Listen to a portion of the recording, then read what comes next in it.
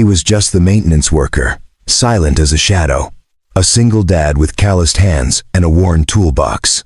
No one at the elite SEAL training facility ever looked twice at him.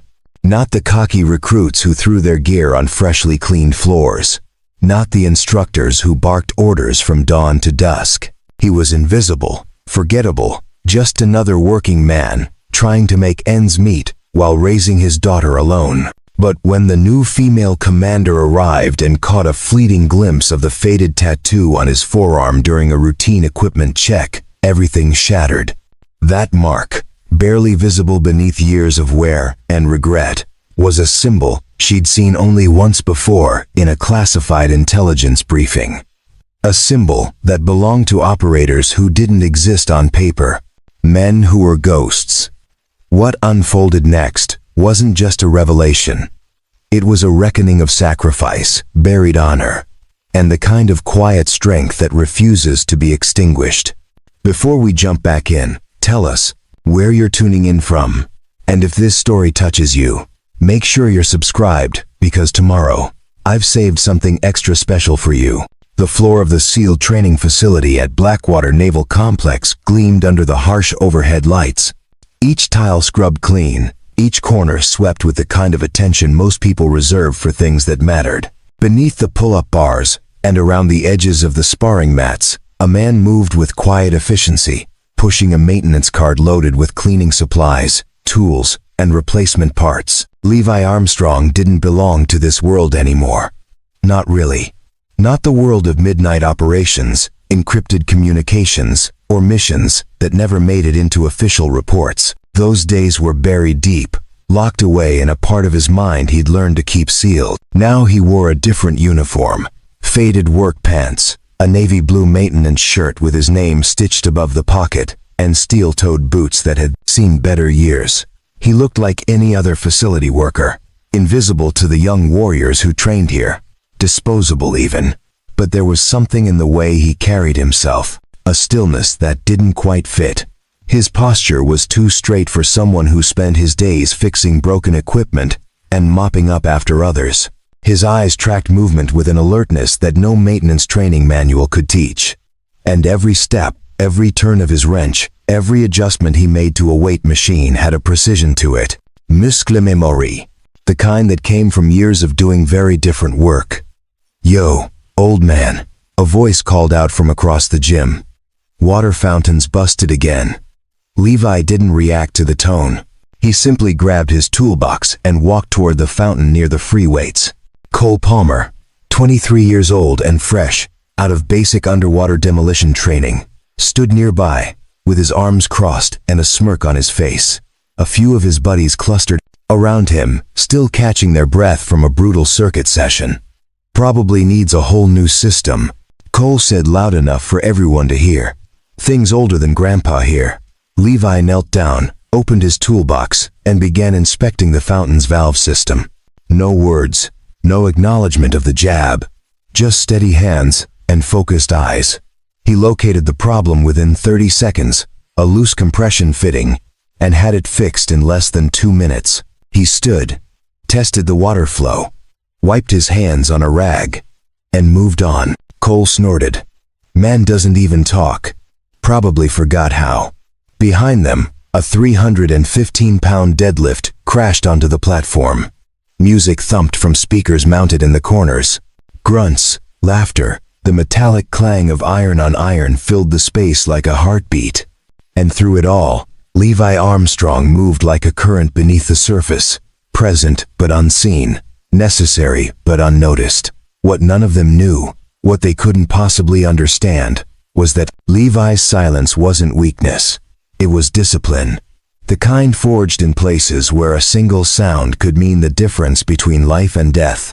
Where patience wasn't a virtue but a survival skill. He wasn't just fixing equipment. He was observing, cataloging. His eyes had already mapped every exit, every blind spot, every reflective surface in the gym. Old habits, the kind that 14 years as a Tier 1 operator had burned into his DNA. Levi had once been part of something most people didn't even know existed. A unit with no official designation, no public record, no medals ceremony. They were called Phantom Protocol. Operators who worked in the spaces between wars, handling threats that couldn't be acknowledged, and eliminating problems that couldn't be solved through conventional channels. His call sign had been Wraith, but that was another lifetime. Now he was just Levi Armstrong, maintenance worker, single father to an 8-year-old daughter named Sophie. His world had shrunk to school drop-offs, parent-teacher conferences, fixing leaky faucets, and this job at a facility where he'd once briefed commanders on operations that would never see daylight. Why does he even work here? One of the younger recruits whispered as Levi walked past, carrying a replacement cable for the lat pull-down machine. Guy's like a robot or something. Levi heard it. He heard everything. His hearing had been trained to pick up whispers in sandstorms, footsteps on gravel from 50 yards away, the distinctive click of a safety being released.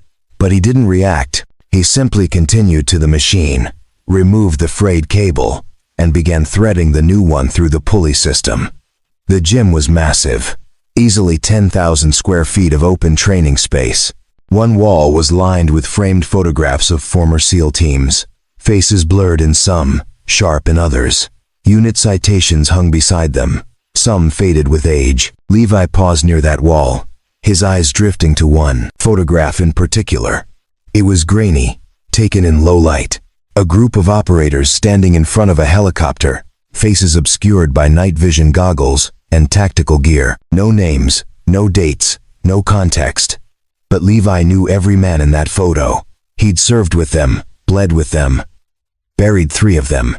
He was in the photo too, second from the right, face half hidden in shadow. He turned away before the memories could catch up. The afternoon stretched into evening. Recruits cycled through in waves. Some worked with quiet determination. Others, like Cole Palmer, performed every rep like it was a personal audition. Levi moved between them all, tightening bolts, replacing worn grips, cleaning up spilled water and forgotten towels. At one point, he found himself near the heavy bags. A young recruit was practicing strikes, but his form was sloppy. Feet too close together, shoulders tense, punches coming from his arms instead of his core. Levi watched for a moment, then quietly adjusted in the angle of the bag while the recruit took a water break. When the recruit returned and threw his next combination, the difference was immediate. The bag responded better, the impact more solid. The recruit looked confused for a second, then continued, his confidence growing with each strike. Levi moved on. No acknowledgement needed. No credit taken. That was the thing about real strength, real skill. It didn't need an audience. As the sun began to set, casting long orange light through the high windows, Levi packed up his cart. His shift was ending. Soon he'd drive his aging Ford truck across town to pick up Sophie from after-school care, help her with homework, make dinner, and read her a bedtime story. That routine, simple and predictable, was the only thing that mattered now. But as he pushed his cart toward the storage room, he felt it.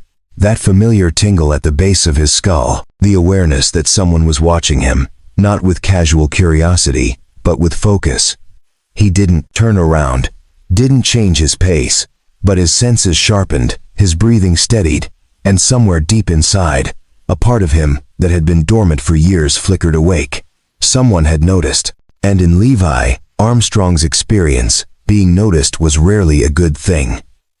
The morning air at Blackwater Naval Complex carried the sharp scent of salt and diesel fuel. Waves crashed against the nearby coastline. A constant rhythm that had become white noise to everyone who worked there. But for Commander Amber Maxwell, standing at attention in the facility director's office, every sound was still new, still distinct. She'd arrived at 0600 hours, exactly as instructed. Her uniform was pressed to perfection, boots polished, insignia clean. But it wasn't the decorations that defined her. It was the way she held herself, the calm intensity in her eyes, the sense that she'd earned every inch of the authority she now carried. At 34, Amber Maxwell was the youngest female commander Blackwater had ever seen. Some whispered it was a diversity hire. Others said she'd only made it this far because of political pressure. They didn't know about the 3 tours she'd served in hostile territories. They didn't know about the bullet wound in her left shoulder or the shrapnel scars hidden beneath her uniform. They didn't know that she'd turned down 2 promotions because she wanted field experience, not desk duties. And they certainly didn't know about her brother. Lieutenant Jackson Maxwell had been a SEAL, one of the best, according to everyone who'd served with him. He'd died 6 years ago, during a classified operation that his family was never fully briefed on. The official report said equipment failure. The unofficial whispers said something else entirely. Something about a mission that went sideways, a unit that didn't exist, and operators who vanished from all records. Amber had spent years trying to understand what really happened to Jackson. Every door she'd knocked on had been closed. Every file she'd requested had been redacted. Every question had been met with silence. But she hadn't stopped searching. This assignment to Blackwater wasn't random. She'd requested it specifically. Because buried in her brother's personal effects, she'd found a single photograph. Him standing in this very facility, arm around another operator, both of them smiling. On the back, in Jackson's handwriting, "The ones who stay in the shadows are the ones who keep the light on." Preparing and narrating this story took us a lot of time. So if you are enjoying it, subscribe to our channel, it means a lot to us. Now back to the story. She didn't know what it meant, but she knew it mattered. Commander Maxwell, the facility director, said, pulling her from her thoughts, "Your primary responsibility is operational readiness and recruit evaluation. We run a tight ship here. These men are preparing for the worst environments on the planet. Your job is to make sure they're ready." "Understood." "Sir." "Good. Start with a facility walkthrough. Get familiar with the layout, the personnel, the rhythm. Any questions?" "No, sir." 20 minutes later, Amber was walking through the main training complex. She moved with purpose, clipboard in hand, observing everything. The obstacle course outside where recruits were running through mud and barbed wire. The armory where weapons were cleaned and maintained. The mess hall where conversations were loud and competitive. And then she entered the gym. The space was exactly what she expected. Loud, intense, saturated with the smell of sweat and determination. Recruits were scattered across the floor, some lifting, some grappling, some running drills. Instructors barked corrections and encouragement in equal measure, but it was the quiet figure near the far wall that caught her attention. A maintenance worker, mid-40s maybe, moving between machines with a toolbox and a calm that seemed out of place in all the chaos. He wasn't rushing, wasn't distracted, just methodical, efficient, almost meditative in his movements. Amber watched as he knelt beside a cable machine, inspecting something. His hands moved with precision, adjusting, tightening, testing. There was a grace to it, a confidence that felt practiced in a way that went beyond simple repair work. She made a mental note and continued her walkthrough. But over the next 2 hours, as she moved through different areas of the facility, she kept seeing him. Fixing a door hinge in the locker room, replacing a light fixture in the hallway, adjusting the tension on a heavy bag. Always quiet, always alone, always moving like he belonged in the space but not to it. By the afternoon, Amber found herself back in the gym. This time she positioned herself near the observation window, watching the floor from an elevated position. Recruits cycled through their training rotations. Instructors evaluated form and endurance. And there he was again, the maintenance worker. She watched as one of the recruits, a cocky kid with too much swagger, deliberately knocked over a water bottle near where the man was working. The liquid spilled across the freshly cleaned floor. The maintenance worker didn't react. He simply walked to his cart, retrieved a mop, and cleaned it up. No frustration, no confrontation, just quiet competence. But it was the way he moved that made Amber's instincts flare. His posture was too controlled, his awareness too sharp. When he bent down to mop, his eyes scanned the room, tracking movement, assessing distance and position. It was subtle, almost imperceptible, but Amber had spent enough time in operational environments to recognize it. That wasn't the behavior of a maintenance worker. That was the behavior of someone trained to survive. She pulled out her phone and opened the facility personnel database. It took her a few minutes to navigate to the civilian contractor list, but eventually she found him. Name: Levi Armstrong. Position: facility, maintenance technician. Employment start date: 4 years ago. Prior employment: various contract positions. Military service: none listed. Amber frowned. None listed didn't mean no service. It just meant nothing on record. She made another note and continued watching. Later that evening, after most of the recruits had cleared out, Amber returned to the gym.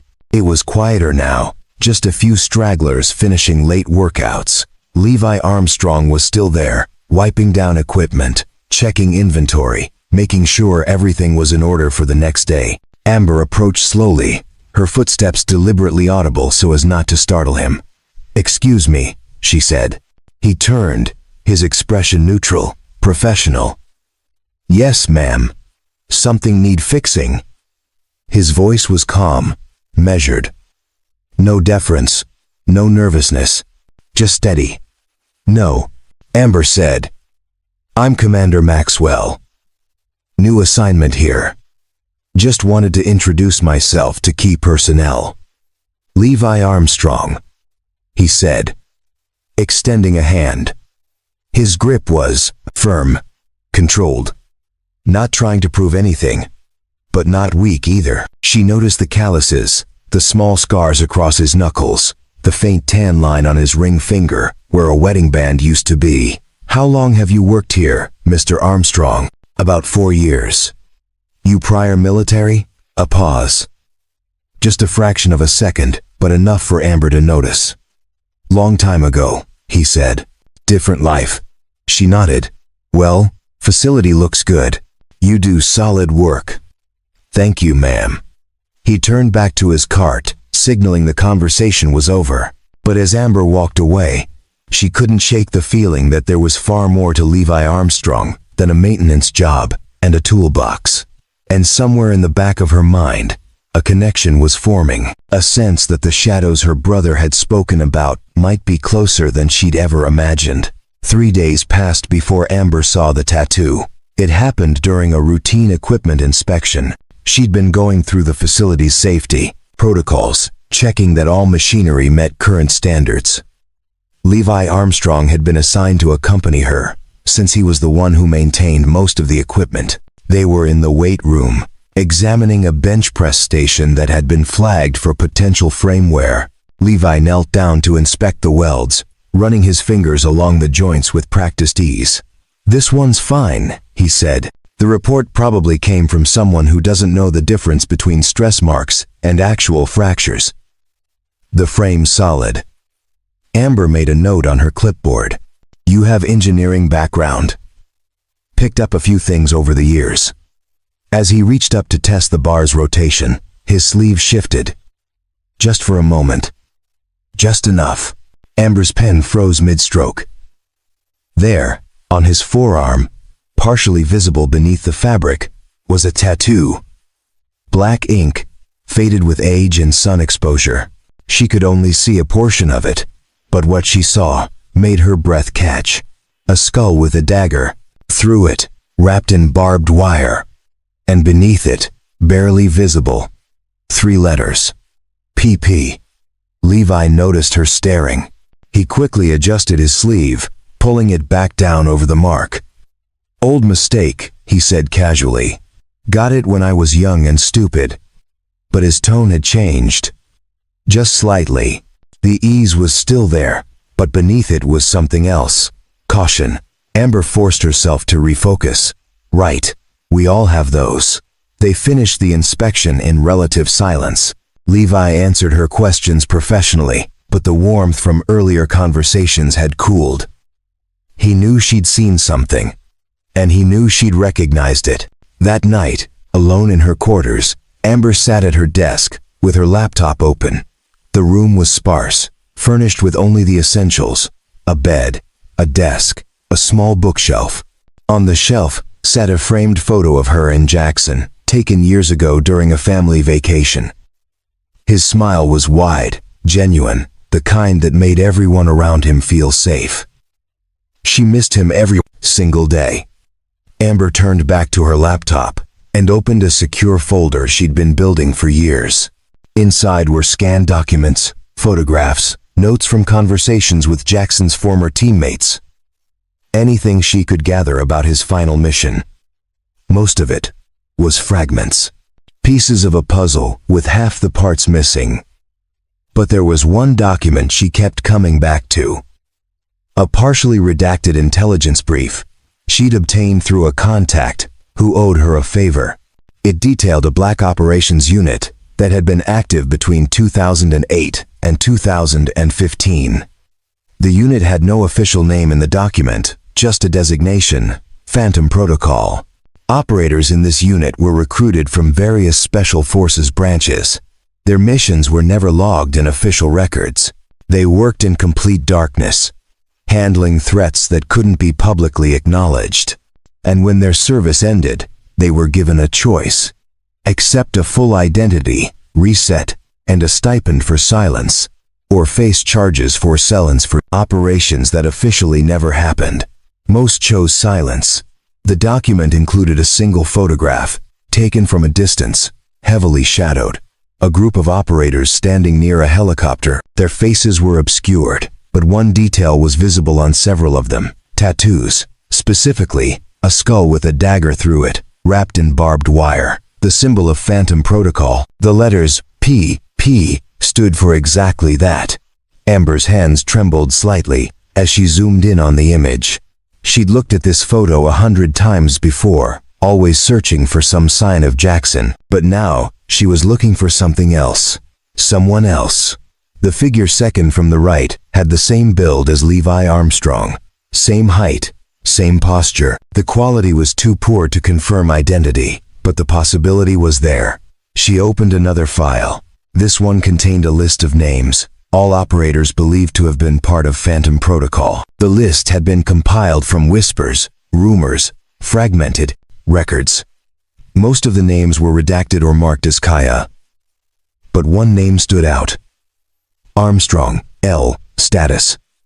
Presumed Kaya. Operation Sandstorm.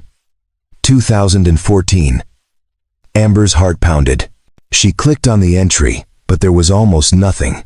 Just a date, a location that had been blacked out, and a single line of text. Operator Armstrong remained behind to ensure team extraction. No contact established post-mission. Body not recovered. She sat back in her chair, mind racing. Levi Armstrong wasn't just a maintenance worker. He was a ghost, a man who'd officially died 11 years ago, but was somehow here, alive, fixing cable machines and mopping floors. The question was, why? The next morning, Amber requested Levi's full employment file from Human Resources. The records clerk, an older woman named Patricia who'd worked at Blackwater for 20 years, handed over the folder without question. Amber took it back to her office and spread the contents across her desk. Employment application. Standard background check. References from previous contract jobs, all of which checked out. Tax records. Emergency contact information. A single name. Sophie Armstrong, daughter, age 8. But there was something missing. No DD 214 form, no discharge papers, no military service record at all. For someone who moved like Levi Armstrong, who carried himself with that kind of control and awareness, the absence of military documentation wasn't an oversight. It was intentional. Amber pulled up the facility's security footage archives. She scrolled through days of recordings, watching Levi's routines. The way he entered the building each morning at exactly 0545 hours. The way he swept every room, his eyes always tracking, always assessing. The way he positioned himself during busy periods, always with his back to a wall, always with clear sightlines to exits. These weren't habits, they were training. She froze the footage on one particular frame. Levi was reaching up to adjust a pull-up bar, and his sleeve had ridden up again. The tattoo was clearly visible. Amber screenshot the image, enhanced it, and compared it to the intelligence brief photo. It was a match. She closed her laptop and stared at the framed photo of Jackson on her desk. Her brother had died on a mission with Phantom Protocol, and now one of his unit members was here, working in the same facility where Jackson had once trained. This wasn't coincidence. Amber stood and walked to the window, looking out over the training grounds. Recruits were running drills in the early morning light, their shouts and commands drifting through the glass. Somewhere out there was a man who held answers. Answers about what really happened to Jackson. About why Phantom Protocol was disbanded. About what truths had been buried beneath layers of classification and silence. And Amber Maxwell wasn't going to let him disappear again.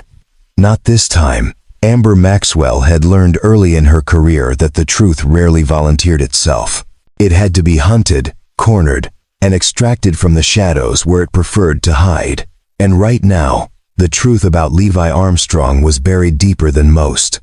She spent the next 2 days digging. Her first call was to an old friend at Naval Intelligence, a man named Harris who'd served with her during her second deployment. They'd kept in touch over the years, trading favors when they could, respecting boundaries when they couldn't. "I need information on a unit," Amber said, keeping her voice low despite being alone in her office. "Phantom Protocol, operated between 2008 and 2015. There was a long pause on the other end. Then Harris's voice came back, careful and measured. "That's not a name I've heard in a long time. What's your interest?" "Personal," Amber said. "My brother." Another pause. "Jackson Maxwell?" "Yes."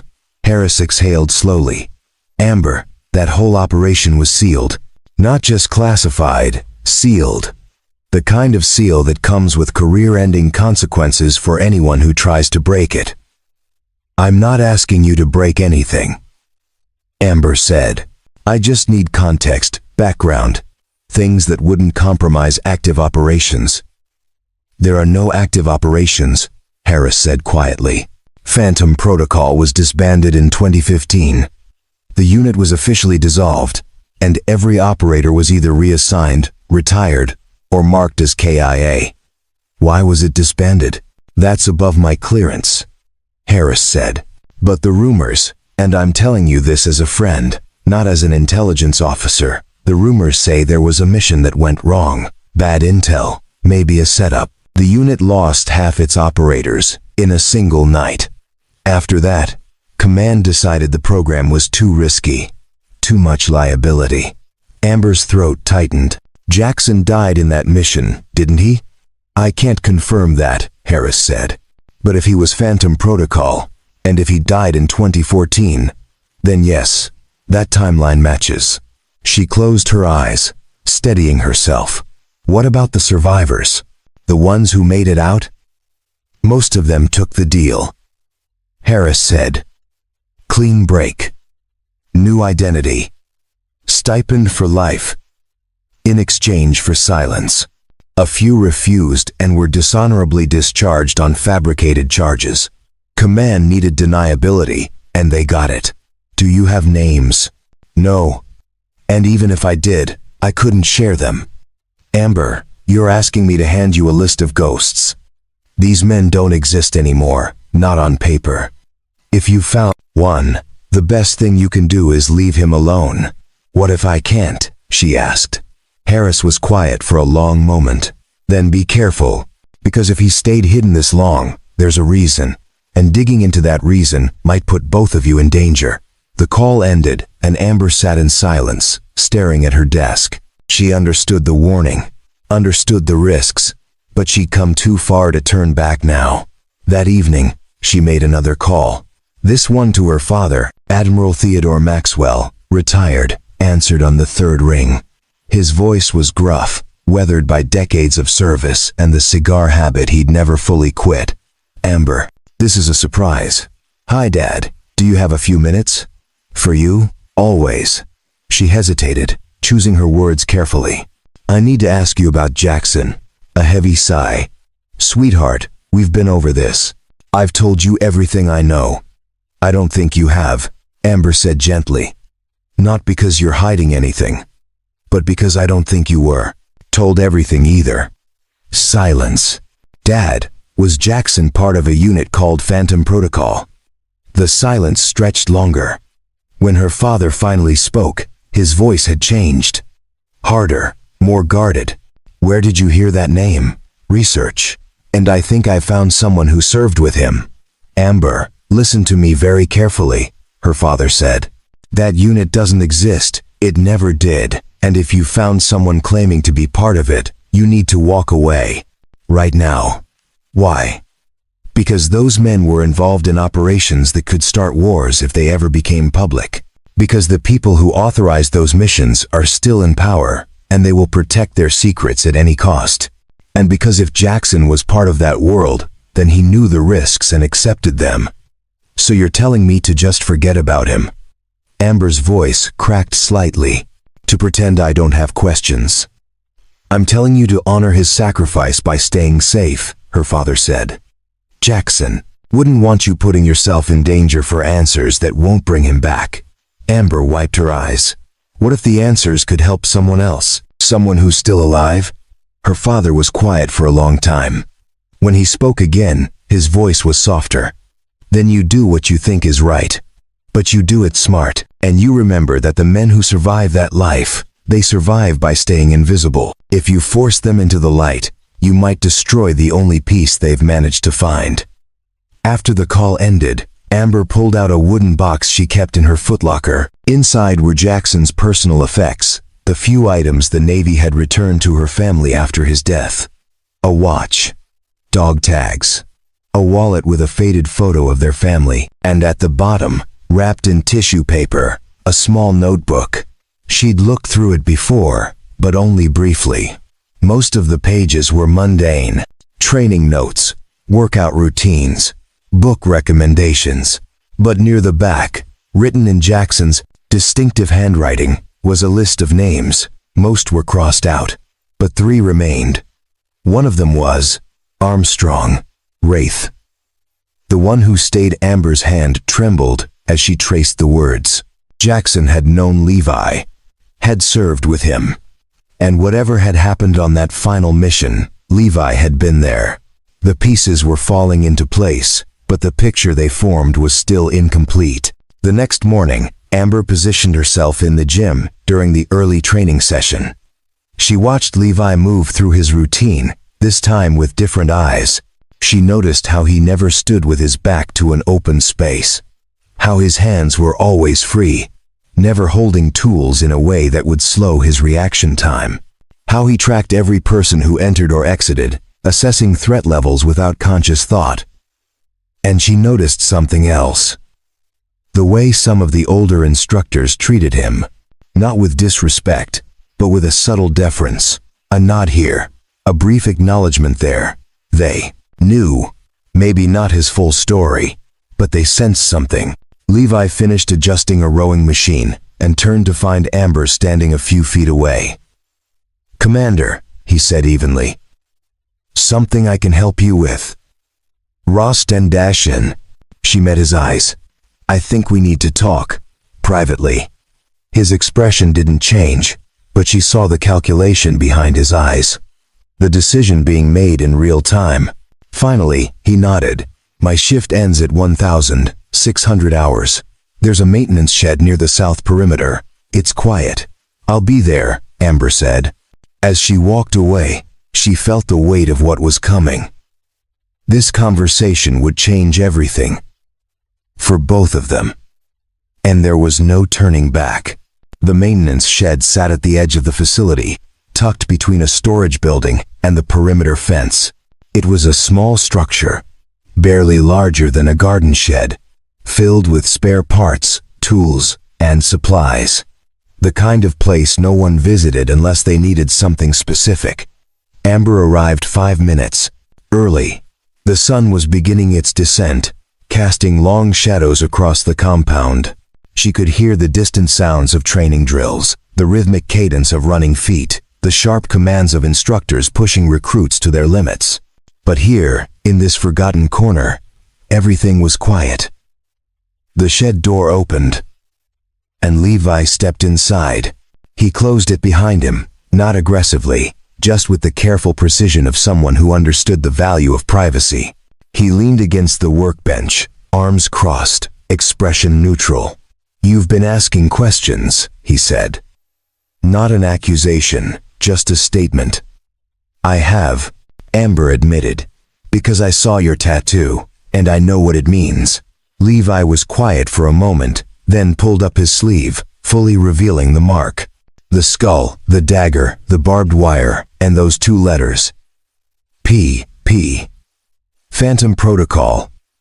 Amber said softly. He nodded. "A lifetime ago. You were declared Kaya in 2014. Operation Sandstorm." "I was," Levi said. "Officially, I died in the Hindu Kush Mountains during an exfiltration gone wrong. Unofficially, I made a choice."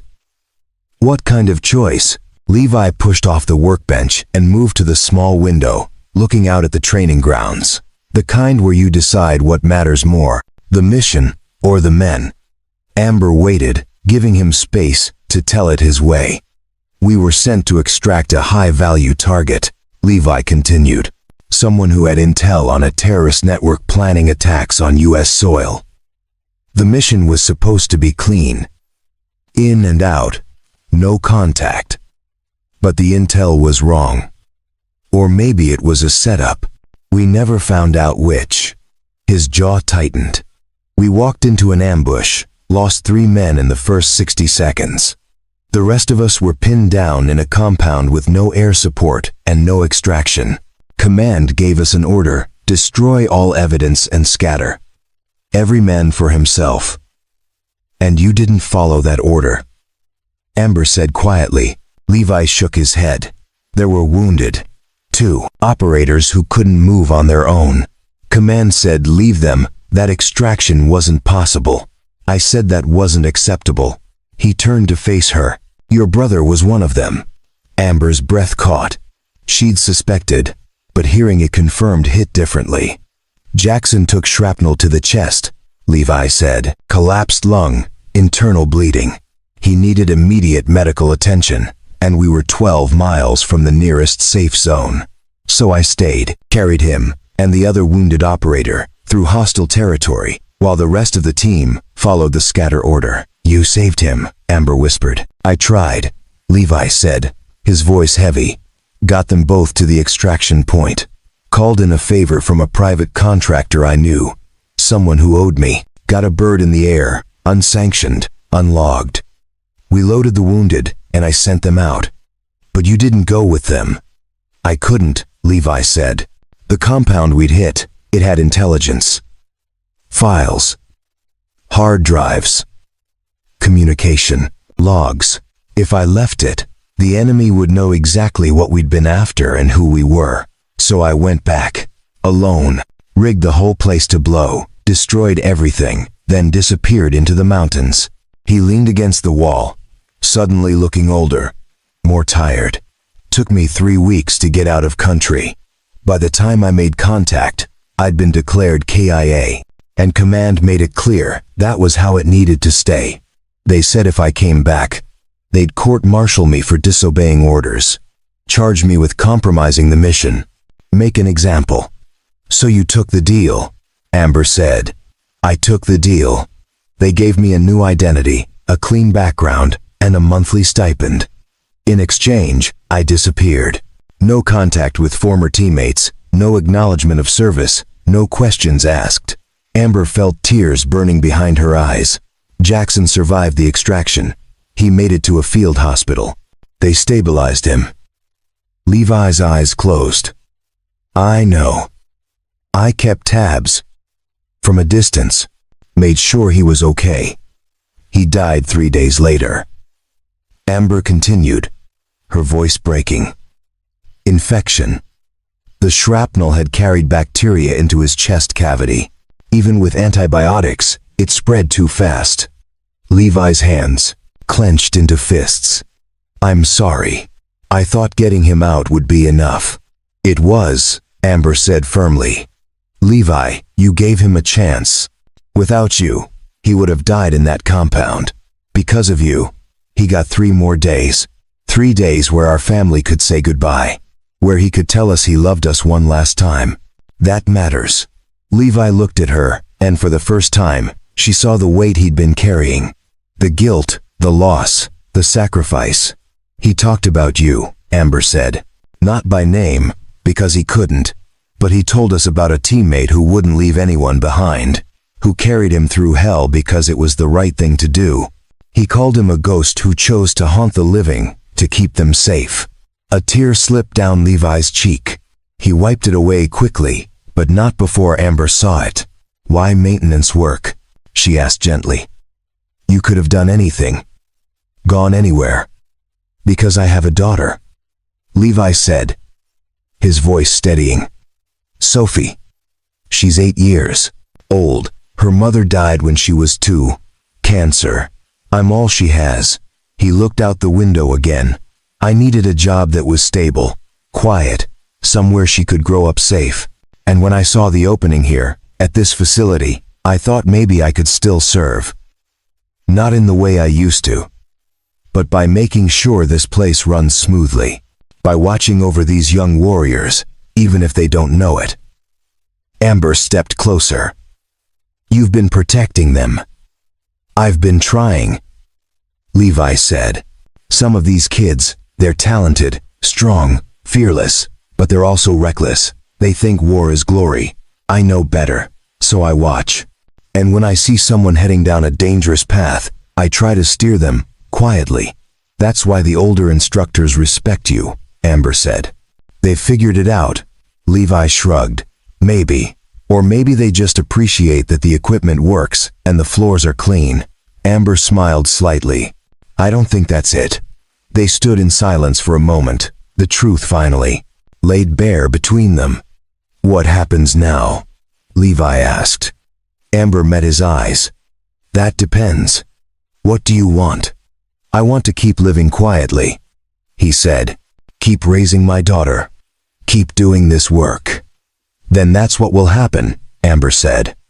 Your secret stays with me. But Levi, you should know something. What? You're not invisible anymore, she said softly. At least not to me.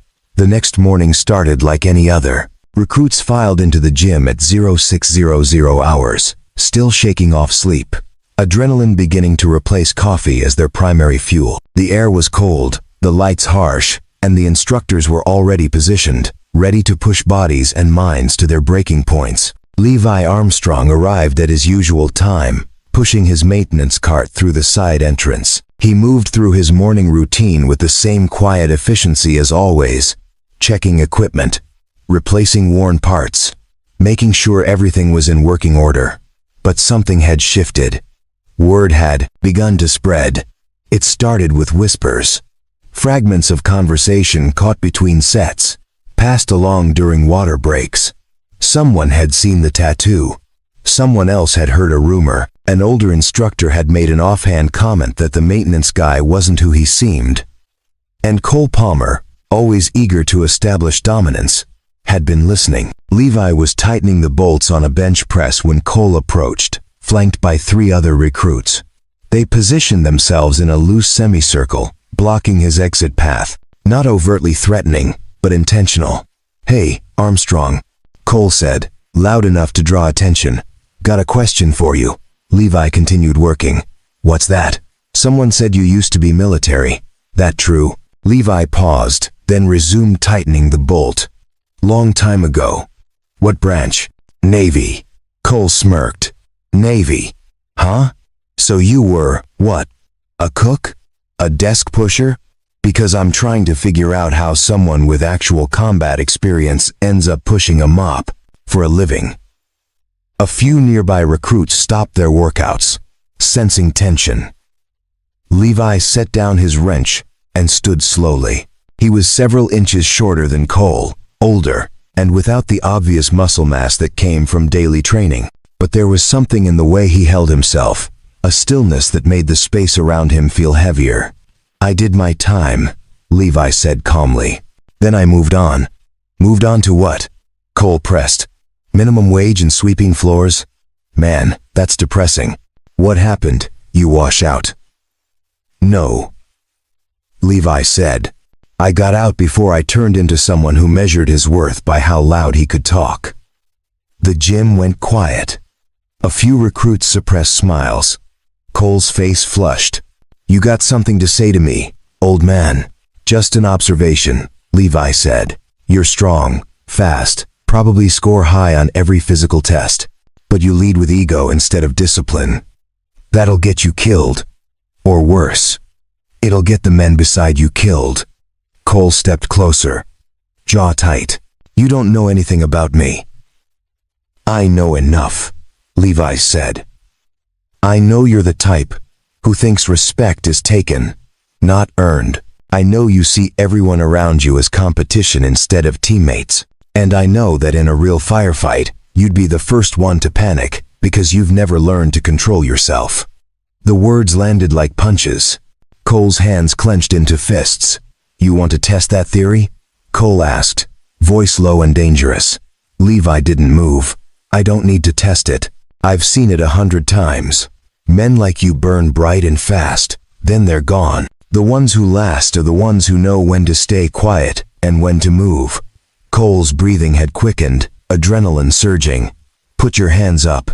I'm not fighting you, Levi said. Why? Because you're scared. Because I have nothing to prove. Levi replied. Not to you, not to anyone. Cole lunged forward, grabbing Levi's shirt at the collar. Maybe I'll make you prove it. And that's when Amber Maxwell's voice cut through the tension like a blade. Recruit Palmer. Step back. Now. Cole froze. He turned to see Commander Maxwell striding across the gym floor, her expression cold and controlled. I said step back. Cole released Levi's shirt and took 2 steps backward. Hands raised in mock surrender. Just having a conversation, ma'am. That didn't look like a conversation, Amber said. She stopped a few feet away, her gaze sweeping over the scene. It looked like harassment. And in this facility, harassment of any personnel, military or civilian, is grounds for disciplinary action. With respect, Commander, Cole said, his voice dripping with false politeness. This man was insulting my abilities. I was defending myself. By physically intimidating someone half your size who was doing his job, Amber asked. That's your definition of defense? Cole's jaw worked, but he said nothing. Amber turned to Levi. Are you all right, Mr. Armstrong? Levi nodded. Yes, ma'am. No harm done. She studied him for a moment, then looked back at Cole.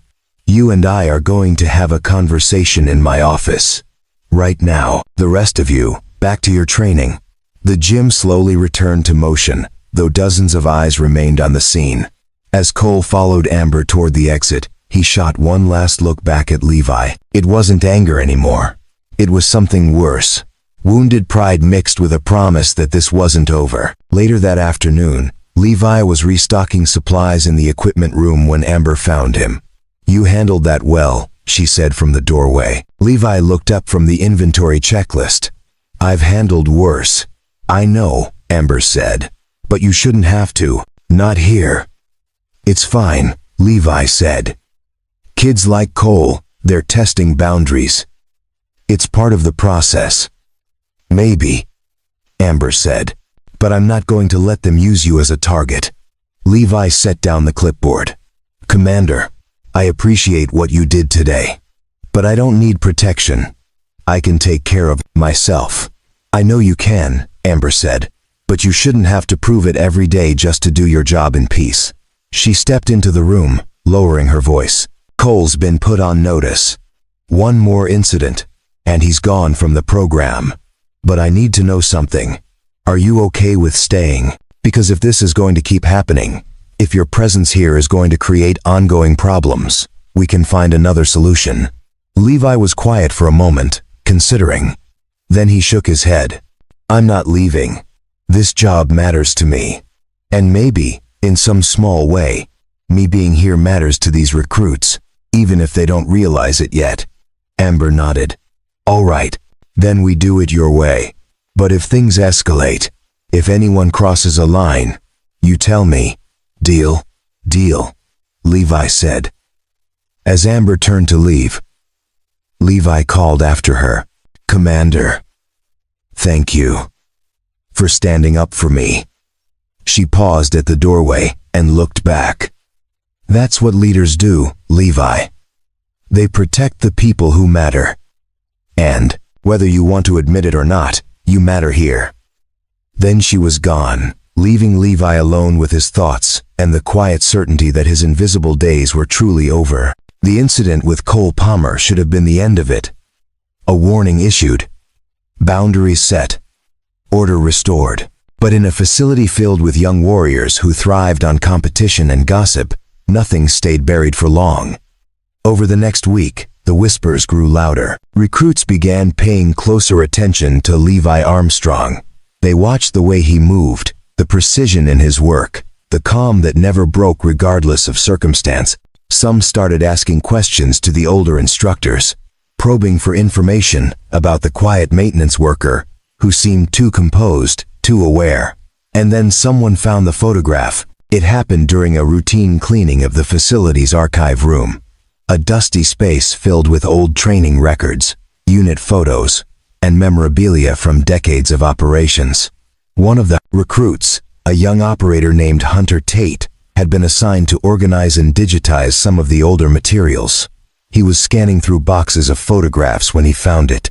A faded image from 2012, taken during a joint training exercise.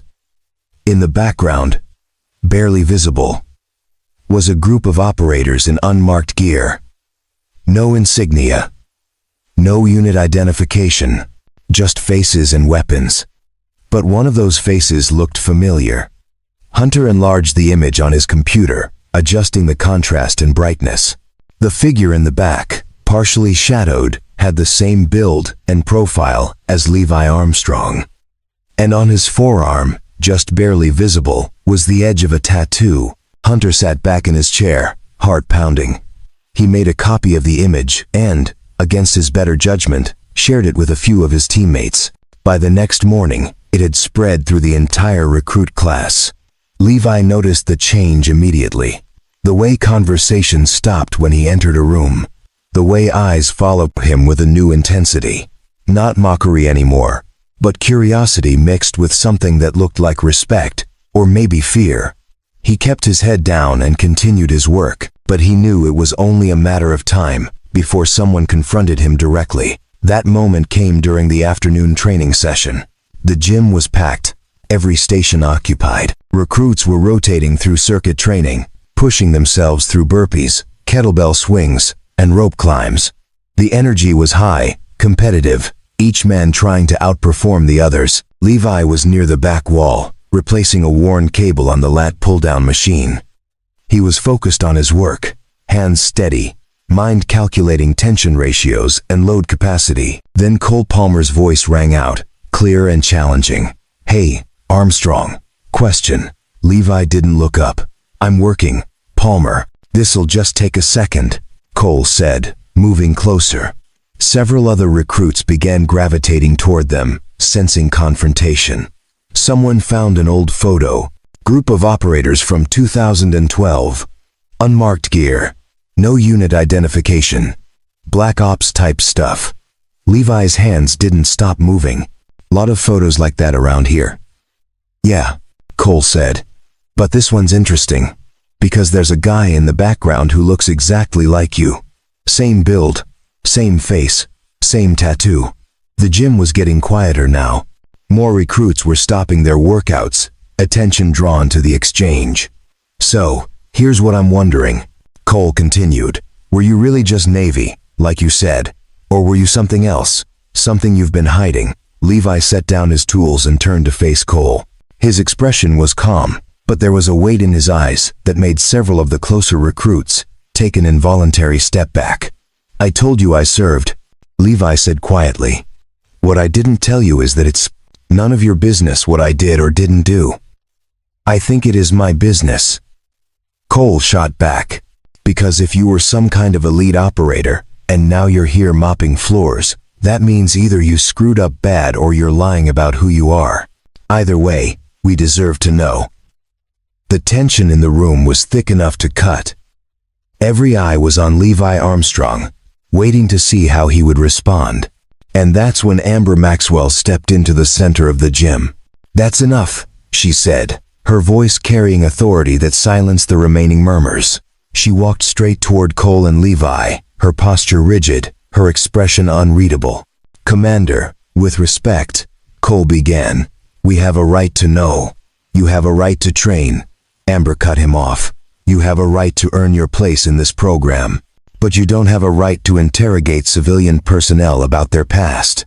She turned to address the entire gym. "All of you, listen carefully.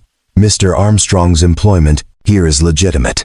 His background has been vetted. What he chooses to share about his service is his decision, not yours to demand." "But Commander," Hunter Tate spoke up, holding his phone with the photograph on screen. "This photo, it's from a classified operation. If he was part of it, then he earned the right to privacy," Amber said firmly. She walked over and looked at the phone screen, then back at the assembled recruits.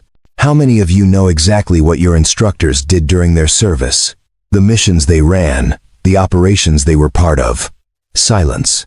"You don't know," Amber continued, "because the nature of special operations is that much of it remains classified for years, sometimes decades. Men and women serve in ways they can never talk about, make sacrifices they can never acknowledge, and carry burdens they can never share." She moved to stand beside Levi. "Mr. Armstrong is one of those men, and instead of demanding his story, you should be thanking him for his service and showing him the respect he's earned." Cole wasn't backing down. "So you're confirming he was special operations?" Amber's eyes hardened. "I'm confirming that he's a veteran who deserves dignity and privacy, just like every other person who's worn the uniform." She let that sink in, then continued, "But since you're all so curious, let me tell you something. The man you've been dismissing as just a maintenance worker served in one of the most classified units in Naval Special Operations. He conducted missions in environments where failure meant death, where success meant silence, and where coming home meant carrying ghosts no one else could see." The gym was absolutely silent now. "He was part of Phantom Protocol," Amber said, and several of the older instructors in the room straightened, recognition flashing across their faces. "A unit so classified that most of you will never see a single declassified file about it. His call sign was Wraith, and the reason he's here, working quietly, living humbly, is because he chose a different kind of service after his official service ended." She turned to look at Levi, and there was something in her expression that went beyond professional respect. It was personal, deep, earned through shared understanding. "This man saved my brother's life," Amber said, her voice quieter now but no less powerful. "Carried him 12 miles through hostile territory to an extraction point, then went back into enemy fire to complete the mission. He was declared KIA because he stayed behind to protect his team, and when he finally made it out, he chose to disappear rather than accept recognition." She faced the recruits again. "So, before any of you judge him for pushing a mop or fixing your equipment, ask yourselves this: what have you done that's worthy of judging a man like that?" No one spoke. No one moved. Cole Palmer, for the first time since Levi had met him, looked genuinely humbled. He stared at Levi with new eyes, seeing not a janitor but a warrior who had chosen peace. Amber's voice cut through the silence one final time. "Now get back to training, and show Mr. Armstrong the respect he's earned." The gym slowly came back to life, but everything had changed. The looks directed at Levi weren't curiosity or mockery anymore. They were awe, respect, and for some, something close to reverence. Levi stood quietly, feeling exposed in a way he hadn't in years. But when he met Amber's eyes, he saw understanding. She'd given him something he didn't ask for, but perhaps needed. Validation. Acknowledgement. A return from the shadows. He nodded once. A silent thank you. She nodded back, then turned and walked toward her office, leaving Levi standing in a gym that would never see him the same way again. The response came faster than either Levi or Amber expected. 72 hours after the public revelation, in the gym, a classified message arrived through secure channels. Amber was summoned to a video conference with Joint Special Operations Command. No explanation provided.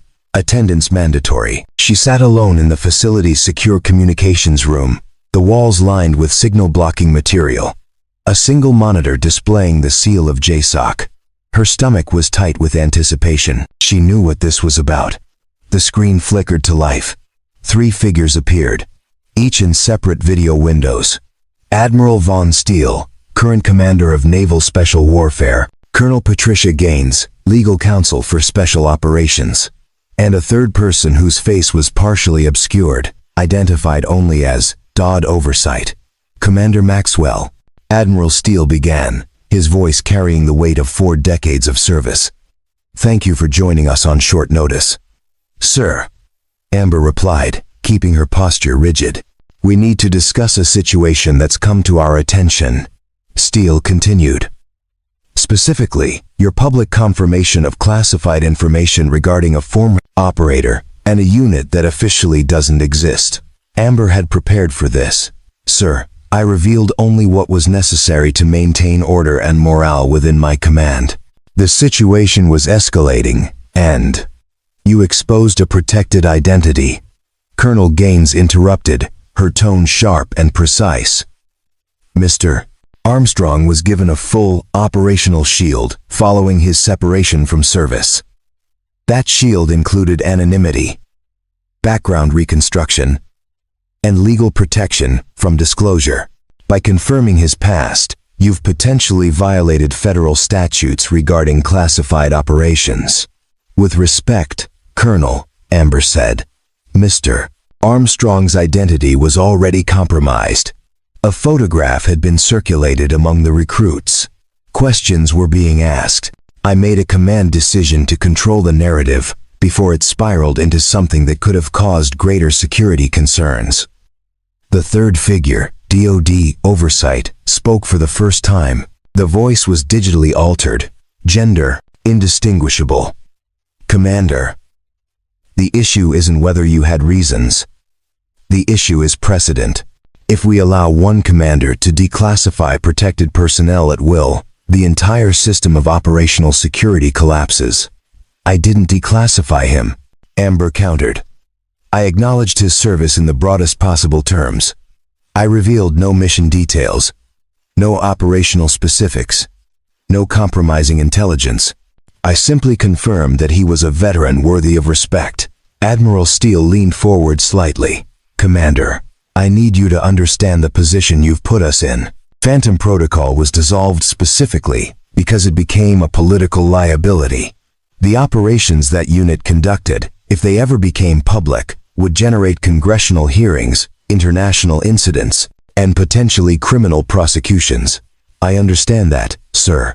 Do you? Colonel Gaines asked. Because right now, there are over 60 recruits at your facility who know that a Phantom Protocol operator is working among them. That information will spread. It always does. And when it does, we'll have reporters asking questions, politicians demanding answers, and enemies of this nation targeting anyone associated with that unit. Amber felt her resolve hardening. Then perhaps the system is broken, Colonel. Perhaps the problem isn't that I confirmed Mr. Armstrong's service, but that we built a structure where heroes have to hide in shame while politicians take credit for their sacrifices. The room fell silent. She'd crossed a line, spoken a truth that everyone knew, but no one acknowledged. Admiral Steele's expression remained neutral, but something flickered in his eyes. Respect. Maybe. Or recognition of a younger version of himself. Commander Maxwell, he said carefully, your conviction is admirable. But conviction without discipline is just rebellion. And rebellion, however righteous, has consequences. What consequences, sir? Amber asked.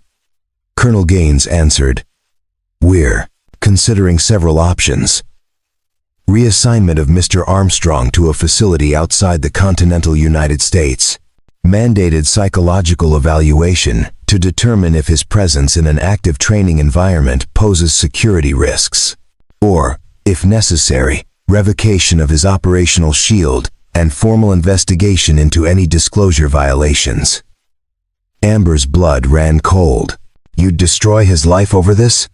We'd protect national security, Gaines replied. His life, while regrettable, is secondary to that mission. That's not acceptable, Amber said, her voice rising despite her attempts to control it. Mr. Armstrong gave everything for this country. He saved lives, completed impossible missions, and then disappeared, without asking for anything in return. And now you want to punish him because I tried to give him basic dignity. What we want, the Dodd oversight voice said, is containment. The situation at Blackwater must be controlled. The recruits must be debriefed and reminded of security protocols, and Mr. Armstrong must be relocated or removed. Amber took a breath, steadying herself. I have an alternative proposal. Admiral Steele raised an eyebrow. We're listening. Leave Mr. Armstrong where he is, Amber said. But change his role. Make him an official consultant for operational psychology and team dynamics. Give him a title that explains his presence without revealing classified details. Let him mentor these recruits in resilience, decision-making under pressure, and the long-term costs of this career. She leaned forward, passion driving her words. These young operators are being trained to fight, to kill, to win. But no one's teaching them how to come home afterward. How to live with what they've done. How to find purpose when the mission ends. Mr. Armstrong can teach them that. Not because it's in a manual, but because he's lived it. Colonel Gaines frowned. That would require formal acknowledgement of his past service. It would require acknowledgement that he's a veteran with relevant experience. Amber corrected. Nothing more specific than that. We control the narrative, we maintain security, and we turn a potential liability into an asset. Admiral Steele sat back, considering. The silence stretched for nearly 30 seconds. Finally, he spoke. Colonel Gaines, what's your legal assessment? Gaines was quiet for a moment. If we structure it correctly, with proper documentation and limited disclosure, it could work. We'd need Mr. Armstrong's cooperation, full security briefings for the recruits, and ongoing monitoring. But it's not without precedent. Information. The DoD oversight voice added. It would require approval from several oversight committees. Then get that approval, Admiral Steele said with finality. Commander Maxwell, you have 48 hours to brief Mr. Armstrong and obtain his consent. If he agrees, we'll move forward with your proposal. If he refuses, he'll be relocated, and his shield will be reinforced through other means. Clear? Crystal clear, sir, Amber said. One more thing, Steele added, his tone softening slightly. Your father would be proud of you. You fought for your people. That's what good commanders do. Just make sure you're also thinking 3 moves ahead, because the people watching this situation, they're thinking 5 moves ahead. Understood? Yes, sir. The screen went dark. Amber sat alone in the silent room, her heart pounding. She'd bought Levi time, maybe even a future, but she'd also put both of their careers on the line. She stood, straightened her uniform, and headed for the door. She had 48 hours to convince a ghost to step into the light, and she had no idea if he'd agree. Amber found Levi in the maintenance shed, the same place they'd had their first real conversation. He was organizing tools on a pegboard, each item placed with careful precision. The late afternoon sun filtered through the dusty window, casting long shadows across the concrete floor. We need to talk, Amber said from the doorway. Levi set down the wrench he was holding. I figured. Word travels fast in command circles. You heard? I didn't need to hear specifics, Levi said. You defended me publicly. That always has consequences. Amber stepped inside and closed the door. JSOC contacted me. They're not happy about the disclosure. I could have told you that, Levi said without judgment. What do they want? Initially, they wanted you relocated or investigated, possibly both. Levi nodded slowly, absorbing this. And now I've bought us an option, Amber said. But it requires your agreement, and I need to be honest with you. It's going to change your life here. She explained the proposal. The consultant role, the formal mentorship position, the structure that would allow him to work openly with recruits while maintaining operational security. Levi listened, without interrupting, his expression unreadable. When she finished, silence filled the shed. Levi walked to the window and looked out at the training grounds where young warriors were running obstacle courses, their shouts and grunts carrying on the wind. You're asking me to step out of the shadows, he said finally. I'm offering you a chance to serve differently, Amber replied. These recruits, they're being forged into weapons. But no one's teaching them how to be human afterward. You can do that. What if I say no? Levi asked. Then they relocate you, probably overseas, somewhere far from Sophie. You'd still have your stipend, still have your anonymity, but you'd lose this. The stability, this proximity to your daughter, this community. Levi's jaw tightened at the mention of his daughter. Sophie was everything to him. The reason he'd survived, the reason he'd chosen peace over violence, the reason he got up every morning. How much would I have to reveal? He asked. Nothing specific, Amber said. No mission details, no operational intelligence, just your experience. What you learned, what you carried, how you found your way back. Levi was quiet for a long time. When he spoke again, his voice was heavy with emotion. I spent 15 years being a ghost, existing in spaces between official records. And then I spent another 11 years trying to disappear completely. Being nobody. Just a maintenance worker, just a dad, just someone who fixes things quietly. He turned to face her. You're asking me to be seen again. To stand in front of people and admit that I was someone else once. Someone dangerous. I'm asking you to be whole, Amber said gently. You're not that operator anymore. But you're not just a maintenance worker either. You're both. And these young warriors need to see both. They need to know that strength isn't just about what you can do in combat. It's about what you become afterward. Levi looked at her. Really looked at her. And saw not just a commander but someone who understood. Someone who'd lost her own brother to this life and was trying to prevent more losses. Sophie comes first, he said. Whatever I decide, she stays protected. No media, no attention, no risk to her safety. Agreed, Amber said. That's non-negotiable. And I won't glorify what I did. Levi added. I won't tell war stories, like their adventures. These kids need to understand the cost, not just the glory. That's exactly what they need, Amber said. Levi took a deep breath, and Amber watched as decades of weight shifted on his shoulders, not disappearing, but redistributing, finding new balance. All right, he said finally, I'll do it, but on one condition. Name it. You let me do this my way, Levi said. No scripts, no official curriculum. I teach them what they need to learn when they're ready to learn it. Some lessons can't be scheduled. Amber extended her hand. Deal. They shook, and in that moment, something fundamental changed.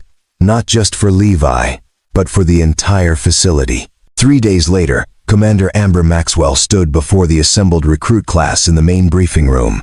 Every seat was filled, the energy crackling with curiosity and anticipation. Word had spread that something significant was happening. Gentlemen, Amber began, her voice carrying authority and warmth in equal measure. This facility has always prided itself on producing the finest warriors in the world. We push your bodies, sharpen your minds, and forge you into operators capable of handling the impossible. She paused, letting the words settle. But we've been missing something. We've been so focused on making you deadly that we forgot to teach you how to live. how to carry what you'll see and do, how to come home when the fighting stops. She gestured to the side door, which is why I'm introducing a new component to your training. Starting next week, you'll participate in resilience workshops led by someone who has actual experience with the long-term costs of this career. The door opened, and Levi Armstrong walked in, not in his maintenance uniform, but in simple civilian clothes, a dark polo shirt, and khaki pants. He looked the same, yet somehow different, more present, more solid, like he was occupying space instead of moving through it. Some of the recruits straightened.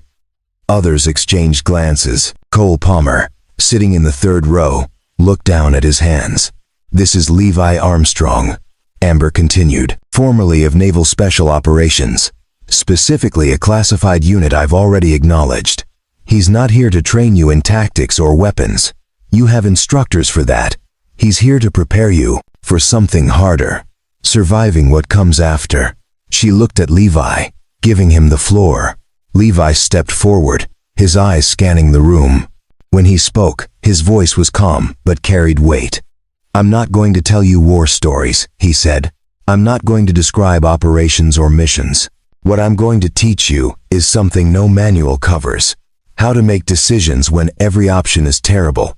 How to lead when you're more scared than the people following you. How to carry loss without letting it destroy you." He paused. "And most importantly, how to remember that the goal isn't just to survive combat. It's to survive what comes after combat. To be able to look in the mirror 10 years from now and recognize the person staring back." The room was silent, every eye locked on him. "I'll be here twice a week," Levi continued. "Sessions are voluntary but recommended. Come if you want to learn. Stay away if you think you already have all the answers. But understand this. The strongest warriors aren't the ones who never break. They're the ones who break and then rebuild themselves into something better." He stepped back, and Amber concluded the briefing. As the recruits filed out, several approached Levi directly. Not to challenge him, but to thank him. To ask questions. To seek guidance. And for the first time in over a decade, Levi Armstrong felt like he was truly serving again. 6 months passed like water, finding new channels, reshaping everything it touched. The resilience workshops became the most attended voluntary sessions at Blackwater Naval Complex. Twice a week, recruits filled the briefing room to hear Levi Armstrong speak about things their tactical manuals never covered.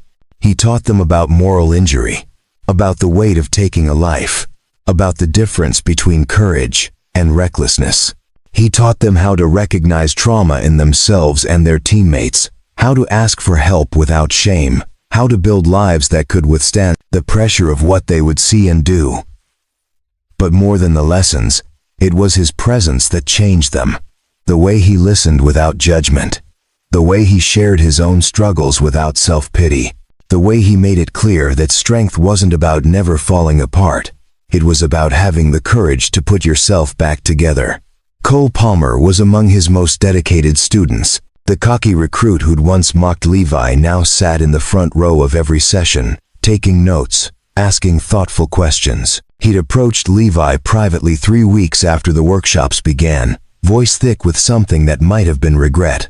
"I was wrong about you," Cole had said, "and I'm sorry." Levi had simply nodded. "You weren't wrong. You just didn't have all the information. Now you do. What matters is what you do with it." That conversation had marked a turning point for Cole.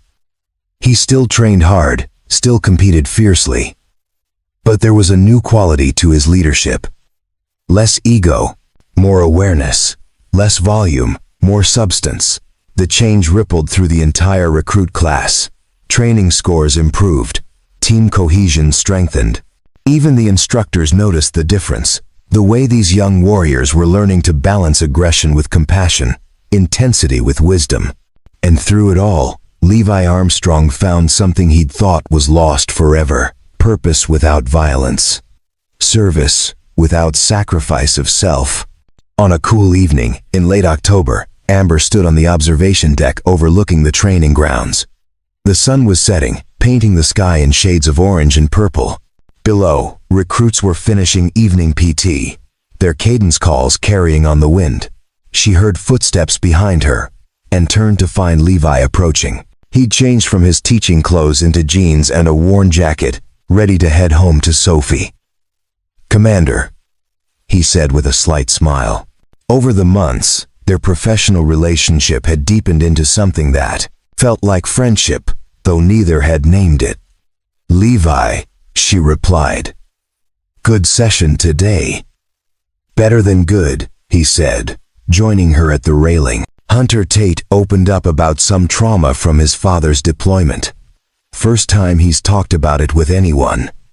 The other recruits listened, shared their own experiences. It was real. Amber smiled. "You're doing important work."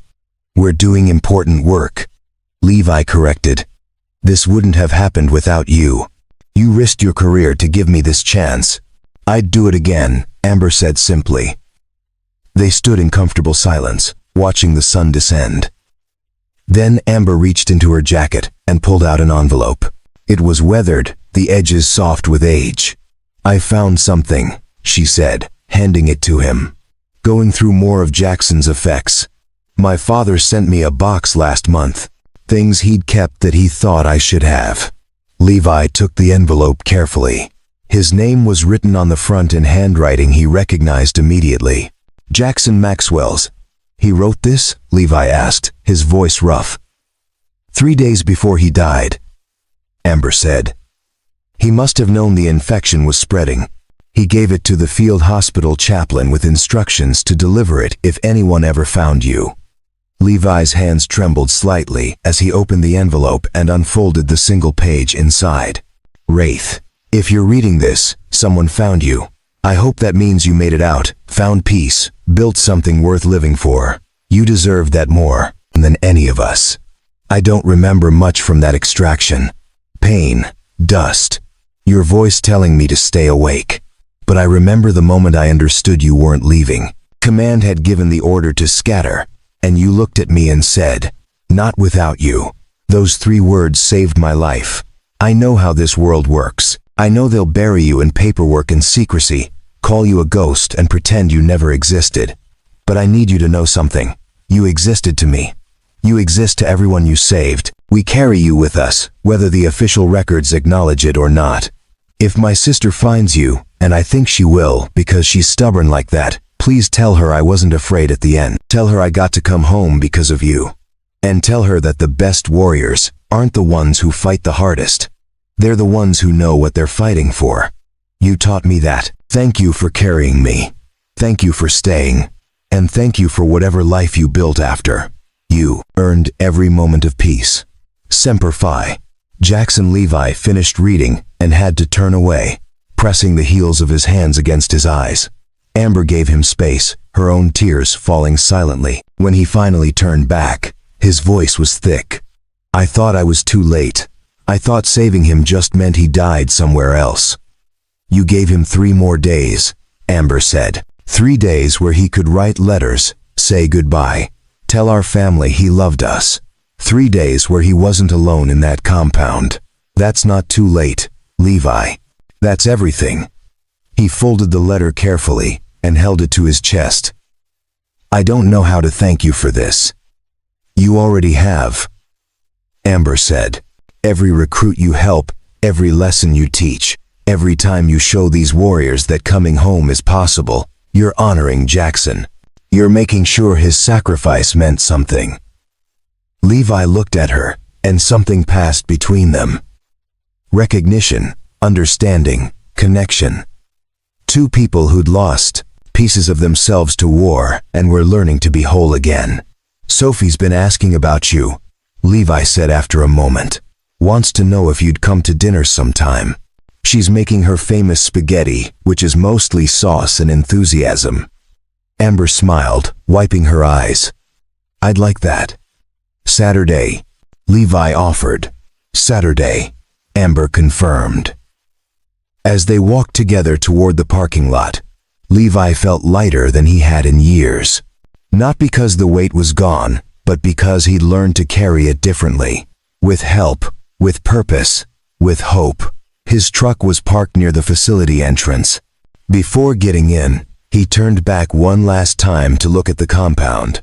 The gym where he'd once mopped floors in silence. The briefing room where he now taught warriors how to stay human. The grounds where young operators trained for battles they couldn't imagine. This place had given him back his life. Not the one he'd lost, but a new one. Better in ways he was still discovering. He climbed into his truck and drove toward home, toward Sophie, toward a future that finally felt possible. And behind him, Commander Amber Maxwell stood watching until his taillights disappeared. A smile on her face and her brother's letter pressed against her heart. The ghosts had finally found peace, not by disappearing, but by learning to walk in the light. Together. 2 years later, the ceremony was held outdoors on a clear spring morning. Rows of white chairs faced a temporary stage erected on the training grounds at Blackwater Naval Complex. The air carried the scent of fresh-cut grass and salt from the nearby ocean. Families filled the seats, some in their finest clothes, others in military dress uniforms passed down through generations. Levi Armstrong stood backstage, adjusting the collar of his button-down shirt. He wasn't used to formal events, preferred the background to the spotlight, but today was different. Today mattered. "You ready?" Amber asked, appearing beside him. She wore her dress uniform, ribbons and insignia gleaming in the sunlight. Over the past 2 years, she'd been promoted to executive officer of the entire Naval Special Warfare Training Command. Her leadership had become legendary, her approach to warrior development studied and replicated across multiple facilities. "As ready as I'll ever be," Levi said, managing a slight smile. "Sophie here?" Amber asked. "Front row, center. Wouldn't miss it." Amber squeezed his hand briefly, a gesture that had become natural between them. Their relationship had evolved slowly, carefully, built on mutual respect and shared understanding. They hadn't rushed anything, both carrying too much history to take connection lightly. But what had grown between them was solid, real, something that felt like home. The ceremony began with the national anthem. Then Admiral Von Steele took the stage, the same officer who'd initially questioned Amber's decision to reveal Levi's past. Time and results had changed his perspective entirely.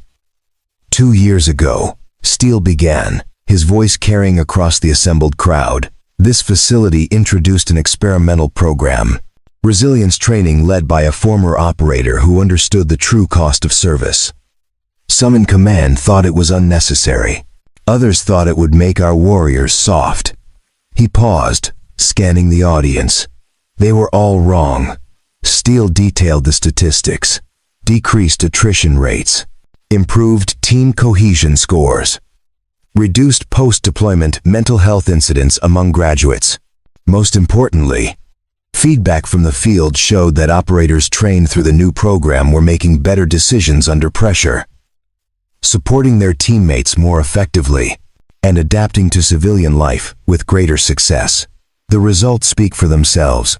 Steele continued, which is why I'm pleased to announce that the resilience program pioneered here at Blackwater will now be implemented across all Naval Special Warfare training facilities. And we're establishing the Jackson Maxwell Fellowship for Warrior Resilience, named after a fallen hero whose sacrifice inspired this transformation. Amber felt tears prick her eyes. Her brother's name, spoken aloud, honored publicly. It was more than she'd ever hoped for. Steele gestured toward backstage. "Mr. Levi Armstrong, please join me." Levi walked onto the stage, blinking in the bright sunlight. The audience applauded, but it was the sight of Sophie in the front row, beaming with pride, that steadied him. Beside her sat Amber's father, retired Admiral Theodore Maxwell, who offered Levi a respectful nod. Steele shook Levi's hand, then presented him with a framed certificate, in recognition of exceptional service to Naval Special Warfare, for pioneering methods in warrior resilience and psychological readiness, and for demonstrating that true strength includes the courage to be vulnerable. We present you with the Admiral Stockdale Leadership Award. The applause grew louder. Levi accepted the certificate, throat tight with emotion. Not because of the award itself, but because of what it represented.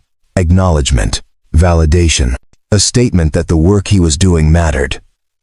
When the applause died down, Levi stepped to the microphone.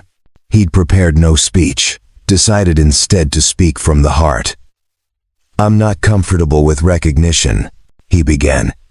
"Spent most of my career in shadows, and even more years trying to disappear completely. But I've learned something important. Hiding isn't the same as healing."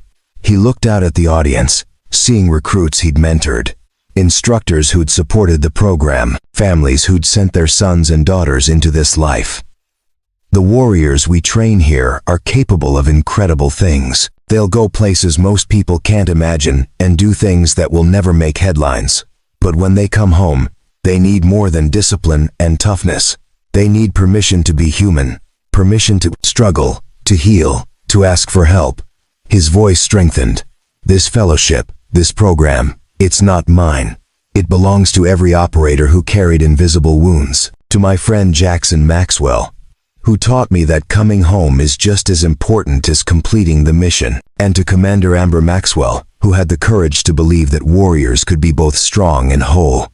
He glanced at Amber, standing just off stage, and saw pride shining in her eyes. "So to the families here today," Levi continued, "know that we're not just training your loved ones to fight, we're teaching them to survive, to thrive, to come home to you as complete people, not just as weapons. That's the promise we're making. And it's a promise I'll spend the rest of my life keeping." The applause that followed was thunderous. Recruits stood, then instructors, then the entire audience rose in a standing ovation that seemed to shake the very ground. Levi stepped back from the microphone and returned to Amber's side. She took his hand openly this time, in front of everyone. "Jackson would be proud," she whispered. "So would all of them." Levi replied, thinking of the faces he carried. The ones who didn't make it home. The ones whose sacrifice had led him here. To this moment. To this purpose. As the ceremony concluded, and families gathered for photographs, Sophie ran to her father and threw her arms around him. Levi lifted her easily, holding her close. "You were amazing, Dad," she said. "No, sweetheart," Levi replied, kissing her forehead. "We're amazing. All of us. Together. And surrounded by people who'd become family." Standing on ground that had witnessed both his lowest moments and his greatest transformations, Levi Armstrong finally understood what coming home really meant.